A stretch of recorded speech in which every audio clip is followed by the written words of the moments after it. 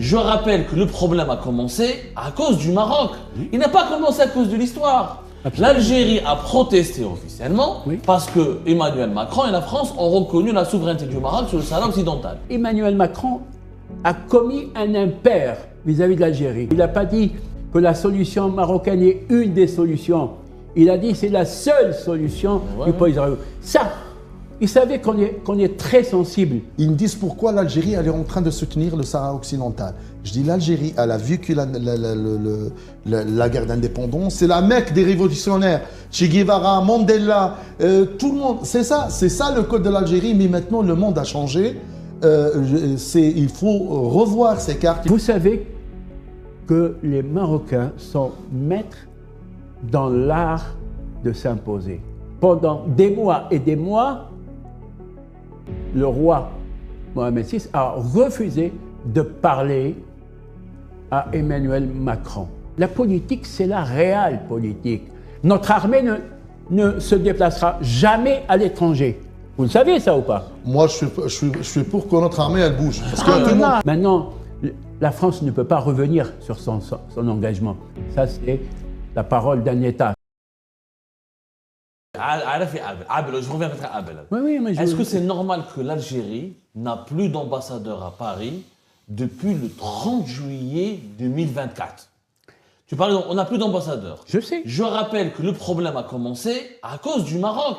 Il n'a pas commencé à cause de l'histoire. L'Algérie a protesté officiellement parce que Emmanuel Macron et la France ont reconnu la souveraineté du Maroc sur le Sahara occidental.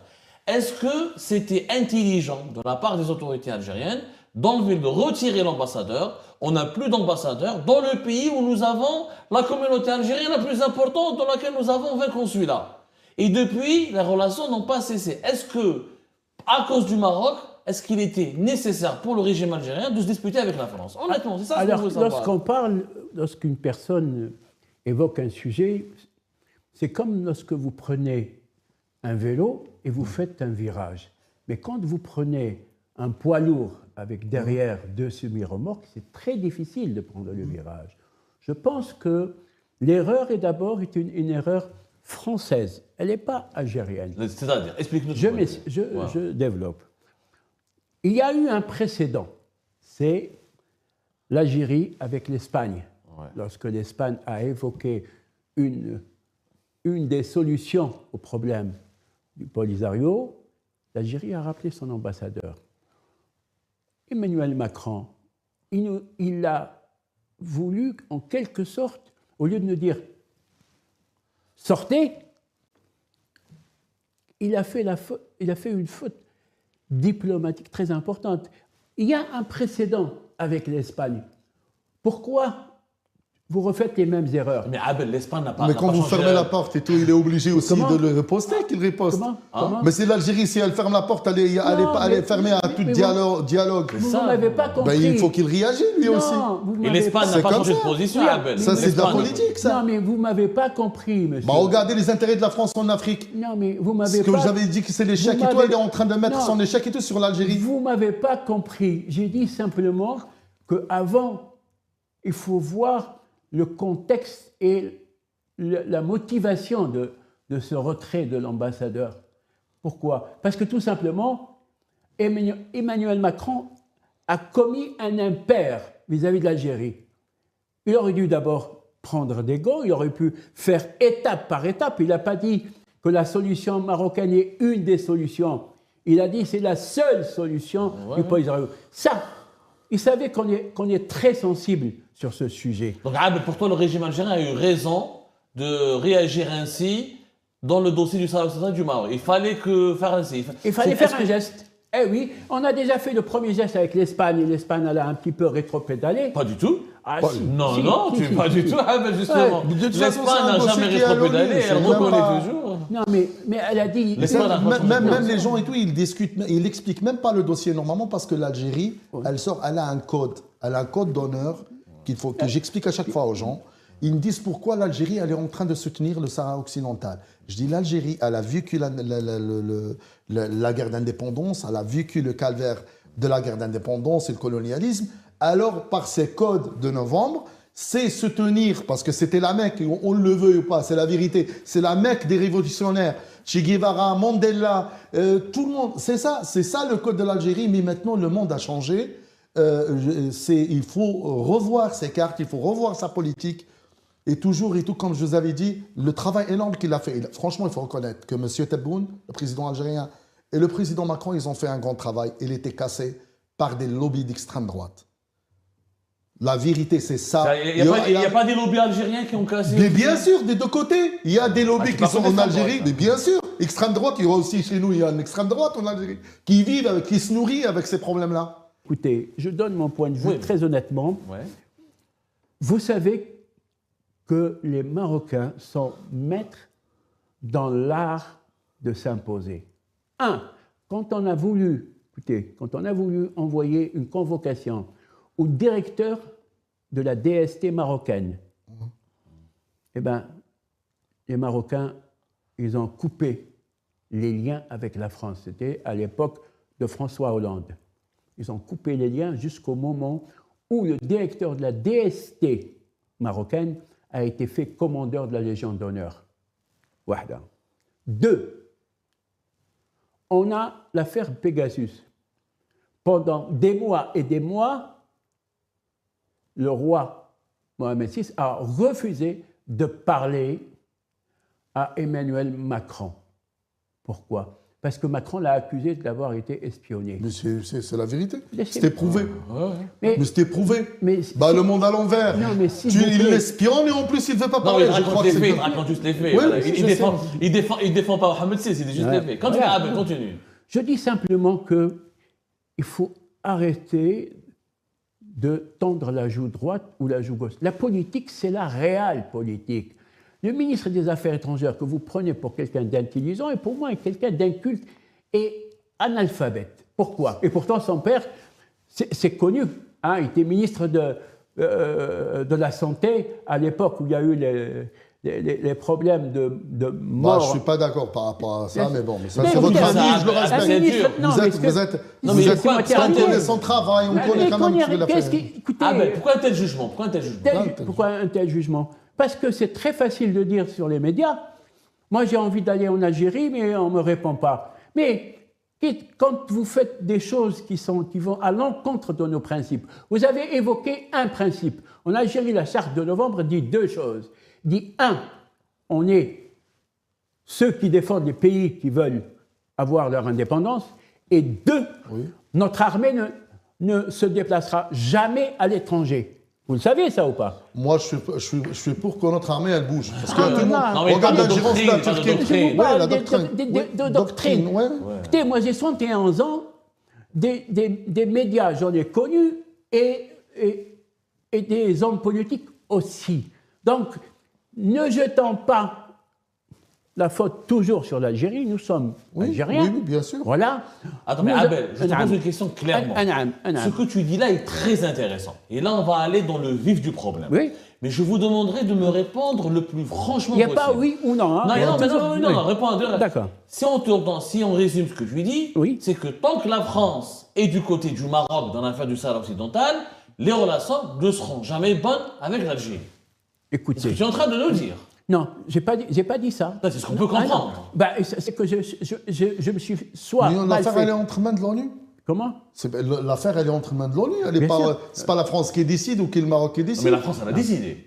Elle a décidé. Elle a décidé que c'est bon. La France, elle a décidé. C'est pas la décision, c'est une déclaration sur reconnaissance. Mais la décision, c'est l'ONU qui décide ça. La carte géographique du Maroc maintenant, dans les documents officiels français, c'est le Sahara occidental fait partie du Maroc. Pourquoi l'Union européenne et tout, ça fait 2 jours et tout qu'elle a refusé pour Ryanair? Vous êtes au courant? Là, il faut expliquer tout ça. Parce que la France, ça fait partie de l'Europe. Non, ce que dit Abdousma est juste. Pourquoi?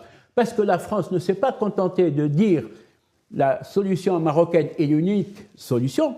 Elle a dit qu'elle allait aider au Conseil de sécurité, puisqu'elle est membre permanente et elle a le droit de veto. Elle allait aider à ce que le Maroc soit l'unique solution. Donc, C'est les intérêts qui décident pour le truc. Bien sûr, c'est son intérêt. Non, non, mais mais c'est non, pas pas- non, la question n'est pas là. La question, est-ce que tant que la France adopte cette politique pro-marocaine, les problèmes avec l'Algérie vont perdurer? écoutez, oui ou pas? moi, je pense que les problèmes franco-algériens se régleront un jour ou l'autre. Maintenant, la France ne peut pas revenir sur son engagement. Ça, c'est la parole d'un État. Quand un État s'engage, il ne revient pas en arrière. Bah, il y en a qui sont... Donnez-moi un exemple. changement de président, le premier jour, dans les premiers... Sur le Sahel occidental, Sur le Sahel il faut reconnaître une chose, c'est que la majorité des puissances mondiales sont en train de reconnaître la souveraineté du Maroc. Il n'y a pas un pays arabe qui dit que le Sahel occidental... Bien sûr, c'est des royaumes, les pays arabes et tout. Et on a l'Égypte, alors... Même la Chine. La Libye, non. Même la Chine. La Tunisie, non. Même la Chine. Et on a des pays sont africains approchés. qui... Non, la Chine et tout, elle... Comment la Chine, les elle- Marocains, ça se passe très bien en ce Non, moment. mais- les Chinois. Ouais, non, les Chinois, moi je leur fais jamais confiance. Ni les Chinois, ni les Russes, ni les Turcs. Ça, c'est ces avez trois-là que je le dis haut et fort et tout vous le avez temps. un préjugé. Avec l'expérience. Les avez Turcs, dit- c'est eux qui foutent la merde dans la région. Pas du Et tout. c'est eux derrière tous les problèmes dans les coulisses. Les Chinois, les Turcs et les Russes. Jamais je leur Vous fais avez confiance. pas de... vous avez- Jamais. Attends, mais Vous Abel, je lui donne la vous- parole pour arrêter. Toi, Non, t'as mais répondu. rien- oui. Apparemment, d'après ce que j'ai compris, tu me corriges, Oui. tant que la France adopte une politique pro-marocaine, les problèmes risquent de durer ou de rester en suspens. Laissez-moi vous répondre par Oui, une justement. phrase. Allez. Un, l'avenir le dira. Et en politique, on n'est jamais sûr de quoi que ce soit. Maintenant, la balle est tirée, il faudra du temps, il faudra que l'eau passe sous les ponts avant que l'Algérie et la France retrouvent leur relation. Cette décision d'Emmanuel Macron de reconnaître qu'il n'y a qu'une seule solution pour le problème du Sahara occidental, la solution est marocaine, elle mettra du temps. Et ce n'est pas du jour au lendemain. En politique, je vous ai dit, si vous voulez faire un virage avec un semi-remorque, ce n'est pas facile. Et la politique, ce n'est pas on tape du doigt. Il faut donner du temps au temps. Regardez le Vietnam et les États-Unis. Les États-Unis. Ils ont Le mis... Japon et les États-Unis. Ah, Deux bombes nucléaires. Regarde Mais alors, voilà. Donc moi, je n'ai pas de préjugés. très bien. Oui, Allez, oui, mais finalement, est-ce que cette crise avec la France, Oui. à cause du Maroc, on va commencer, elle ne profite pas aussi au Maroc? Les décisions Je donne géopolitiques. des détails. Regarde, moi, j'ai vu moi, des appels. j'explique. Il y a des gens qui disent, j'ai vu des médias, des politiques, qui demandent à ce que la grande mosquée soit enlevée à l'Algérie pour nommer un Marocain à sa tête. Est-ce que c'est pas le Maroc qui va profiter de ces tensions entre l'Algérie et la Parce que France? ce dossier-là de Mosquée de Paris, tout le monde chante, mais ils ne sont pas au courant du vrai dossier parce que la Mosquée de Paris, c'est une histoire et aussi c'est une association et c'est un bien. Les murs, elles sont algériens. C'est pas. Oui, ça veut dire que ils parlent pour rien dire. Non. Vraiment pour le. Moi, franchement, comme journaliste, j'avais des échos. Mais, oui, ça écoutez, fait 5 ou 6 mois, il n'y a rien d'ingérence. Écoutez, le Maroc n'a pas besoin de ça puisque le Maroc. Mais ils ne peuvent pas, même s'ils veulent, ils ne peuvent pas. C'est juste qu'ils sont en train de faire du bruit. Mais jamais ils peuvent toucher. Les deux présidents du CFCM, qui a été créé par Sarkozy, sont marocains. Oui, on parle du Mosquée de Paris. Laissez-moi terminer. Et la Mosquée de Paris, elle fait un grand travail pour la France. Laissez-moi terminer. Les Algériens, ils ne sont pas contents de la Mosquée de Paris parce qu'ils disent que la Mosquée de Paris allait au compte du pouvoir français.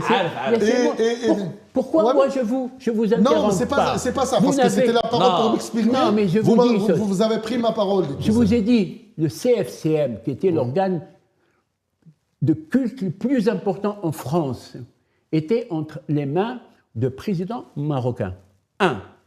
2. La mosquée de Paris, elle n'appartient ni aux Algériens, ni aux Marocains, ni à qui que ce soit. C'est une institution qui est... Alors vous n'êtes pas bien en français. Laissez-moi terminer, monsieur. Voilà. Elle est censée l'être. Écoutez, s'il vous plaît... Mais les murs, c'est une association. S'il vous plaît. Mais elle est financée par l'Algérie aussi. Mais justement... Financée même par la France. C'est Nicolas Sarkozy qu'ils ont attaqué, qui a réglé tous ces problèmes-là. Non, c'est l'Algérie qui finance. Écoutez, c'est entre 2 et 3 millions de subventions que donne l'Algérie ouvertement tous les ans. Oui, mais c'est avec des accords.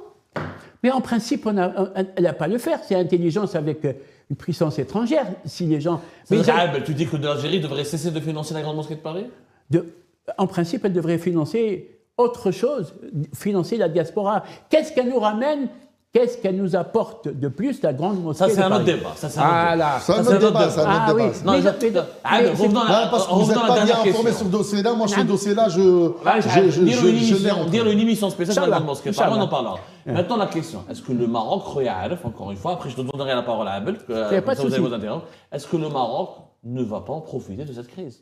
Oui, est-ce que les lobbies favorables au Maroc ne vont pas profiter des mauvaises relations avec l'Algérie pour se positionner et pour renforcer leur influence en France? Bien sûr, déjà, tout le monde le sait, qu'ils sont très bien organisés. C'est eux qui sont en train de mettre des bâtons dans les roues pour les relations algéro-françaises. C'est eux qui sont en train de faire un travail énorme sur le point com, que l'Algérie elle est faible de communication pour qu'elle réponde. Les Algériens, ils ne savent pas vendre la très belle image de l'Algérie et la puissance d'Algérie. Je vous pose la question. Moi, je n'ai pas la réponse.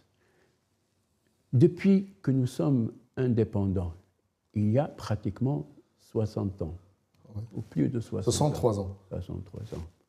Pourquoi n'avons-nous pas la maison de l'Algérie, à la cité universitaire? Tous les pays du monde entier ont la cité universitaire. Ça, c'est les accords de 68.